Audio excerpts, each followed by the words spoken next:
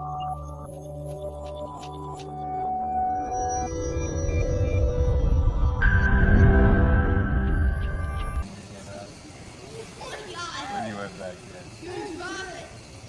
right, get him.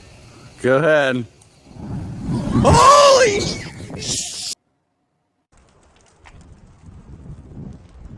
Good idea. Ready? Yeah.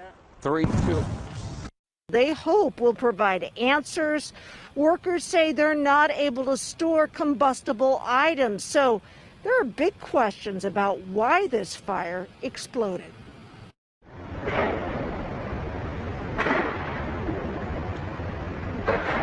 Cell phone video captured explosions as flames began racing through this huge Redlands warehouse. I looked down the aisle and I seen flames, and so first thing I did is just yell out, "Fire, fire." All I could hear is my supervisors yelling fire and to get out of the building as fast as you can. And I just seen people scattering. Chris Smith and Aquira Canteen tell us they were among about 40 employees already at work at this third-party distribution center for Amazon. Within 15 minutes, the whole back of the building collapsed and exploded. Canteen later learned her car was one of the vehicles outside that burned.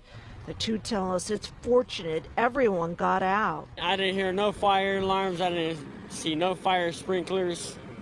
Nothing. That is highly concerning. We're looking at a modern building with the latest advances installed inside the building regarding fire protection systems.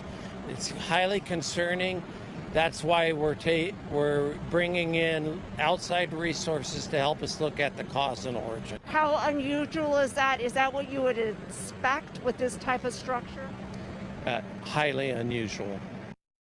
By homes throughout the night, reports of that tornado halted their progress and they were told to take cover. We talked with the fire captain who says this is honestly one of the scariest situations he has had to deal with. And we look up with heavy rain coming in and we see a funnel cloud, and our dispatch advises us that the debris field is right on top of us, which we're very well aware of that, so we could I've asked all the guys to retreat to their apparatus and we'll ride it out here on scene. It's a blessing. 24 years, and that's the wildest fire that I've had to command.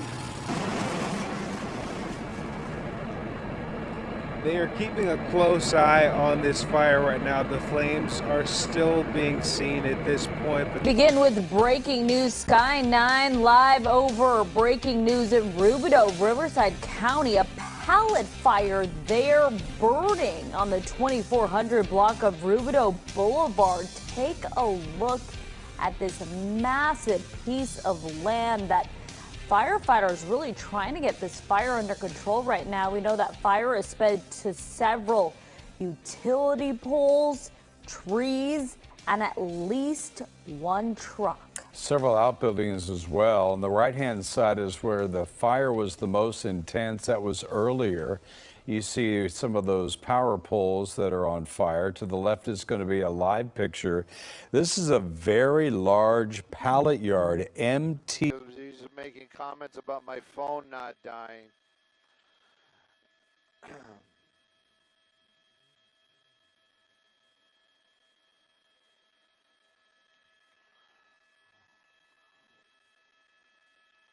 I'm actually listening to these guys talk on the ground. I want to try to get some more info from what the reporters are picking up down there.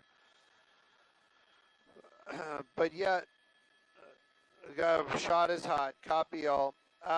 So yeah, the deal is somebody was talking about the explosions. We had transformers going down. We've had propane tanks exploding. We've had smaller propane tanks exploding. We've had tires on those buses exploding. So if you live in the area, I'm sure you've heard a lot of that. They're reported luxury buses.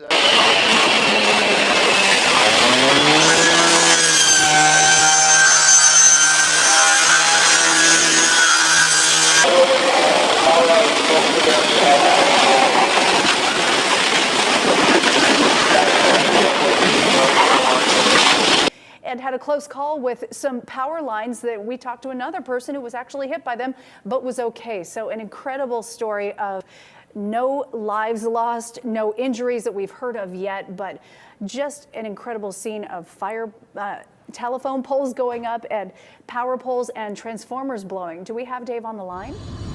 Check that one. Hey, Dave. I'm here, guys. Hey, yes, I'm here. First, bravo to you and a good job. We've been saying it all morning long. I can only imagine what it's like to show up to the scene and have to shoot and have to talk at the same time. You are a one-man wonder. We appreciate it. How are you for our viewers who have been watching this morning and who may have been concerned about your safety, because we know you were close and you witnessed explosions? It's well, all the power's off now, so the I got to change something on the viewfinder. Sure. Anyway, all these power lines are off. The Edison, Southern California Edison was here. The lines behind me on the street are down on the floor because when the transformers blew, it blew this one up here first, which was probably about 20 yards away from me. And then it went to the one across the street, which you can't see here because I'm blocked by the fence. And it was like a line of transformers that went, and eventually one of them hit the gentleman that we interviewed earlier.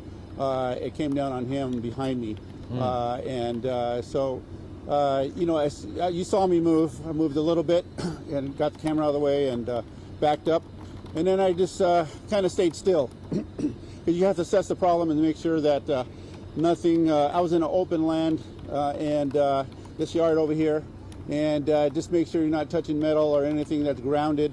It's going to ground you because that's when the danger comes in. So as far as the fire, all these line of buses here are pretty much burnt out. These are right, and it is sad to say this is one of those fires where they're pretty much just going to let that fuel burn, and that fuel in this case is going to be those pallets right there.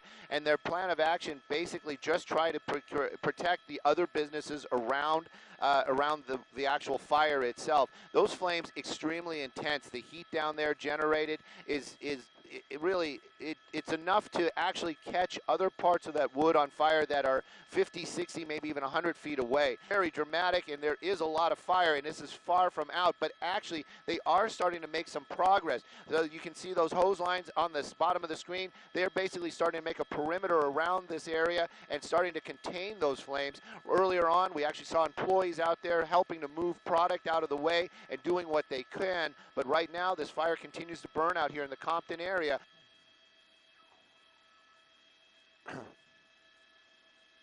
Way.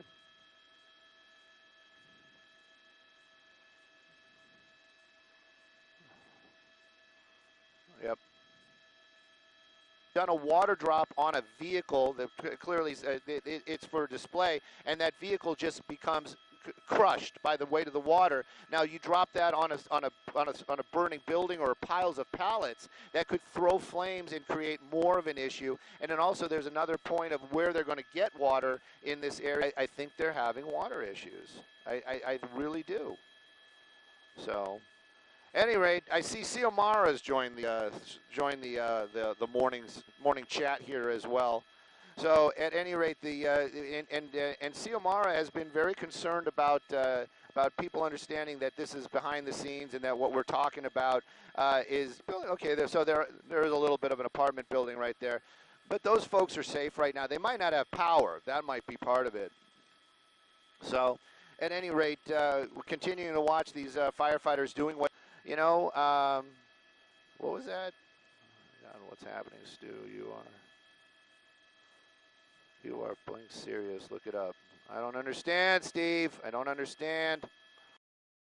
At any rate, so, we definitely, that's something that everybody's concerned about. How is this going to affect?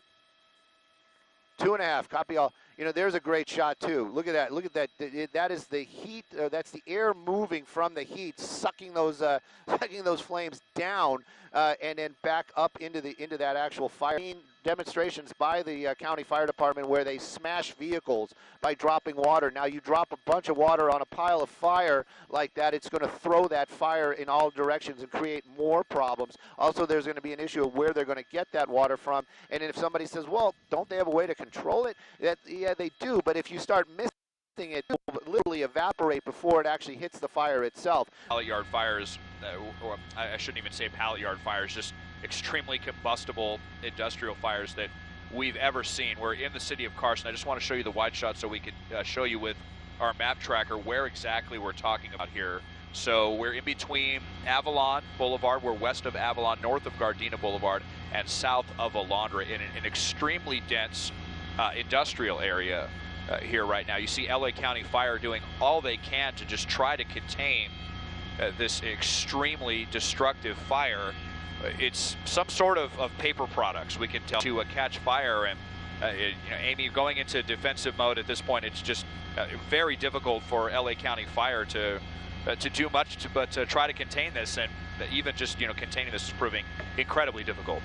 Now, Desmond, I know that you have been overhead, so you've been watching this. We're watching as these pallets, and it looks like maybe some boxes have gone up in flames, but we are noticing now that these flames have in fact spread over to the other building here next to it, as well as it looked like when your shot was a little wider, also some trucks that were in the other lot. Caught up to an engine really, really quickly in a matter of seconds. You can't even see it now. It's behind this area, but just before this wall went up in flames, there was an engine that was right there. It was surrounded by all this combustible material, and they had to make a really, really quick evacuation. They couldn't even unhook their hoses. We watched them, with really great alacrity moving out of that area, dragging the hoses to get back to a safe area. So we heard that they went into defensive mode. So, we're not going to see them. Look at how quickly now this building beginning to burn with the rooftop. So that's, they're not even going to be able to get firefighters on the roof now. It's just too dangerous for them.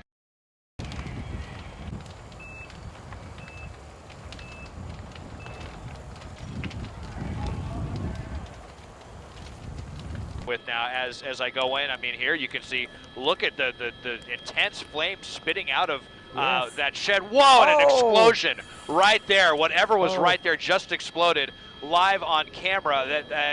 You see this truck right here that probably has fuel in it as well. So whatever is in here is more than highly flammable. Pallet facility has caught fire. This is the view from LaGuardia Airport. You can see flames coming from Drake Street in the Hunts Point section. The FDNY says it started about a half hour ago. No injuries have been reported. We do have a crew on the way, and we'll keep you posted as more details come in. Ball erupting into the sky, consuming thousands of square feet. Saturday's Home Depot fire burning for hours, turning the hardware store's contents into kindling, shrouding suburban San Jose into a plume of black smoke seen from 20 miles away. On the ground, panic. The blaze breaking out at around 5:30 Saturday night. About 30 workers and shoppers scrambling to escape. Vacate the building. We have fire through the roof. We're going to change to a defensive strategy. Let's get all crews out. The 5-alarm fire so massive, it was spotted from a National Weather Service satellite in space. Raining debris reported. The wooden pallets lit up as easily as matchsticks, igniting into an inferno. The Weber Street fire so big it generated its own wind, pushing the flames from the pallet yard to the warehouse to a nearby neighborhood. The damage spreading to at least 5 different homes, including Mickey Swan's. Worked hard for everything that I did. I know it's materialistic, but this is everything that I own. I'm sorry. I'm just hurt. I don't know what to do. After igniting around 5:15 this evening, battling back the flames required all hands on deck. Every available firefighter in Stockton responded, in addition to 3 outside strike teams. It quickly escalated to a second and third alarm based on the wind. The wind pushed the fire onto some exposures, which caught approximately 5 houses on fire. One woman was taken to a burn center after she was unable to get out of her home quickly enough. She got burnt up from the fire, from the heat. I mean, it was just unbearable to have any time to move our things out of the house. We couldn't save nothing. but ourselves. The Snipes family says it's called regulators repeatedly to report code violations at the pallet yard and nearby warehouse. The pallets is too high, first, but ourselves. The Snipes family says it's called regulators repeatedly to report code violations at the pallet yard and nearby warehouse. The pallets is too high, first of all, and then they work on them day and night. I don't think the place even closed. We cold, we hungry, we got kids. With the street shut down, the Red Cross is helping out dozens of displaced people, battered, drained, and without their belongings, but thankful to be alive. Snap your W-2 and file Fed and State for free. Simple tax returns only. Get the TurboTax app now.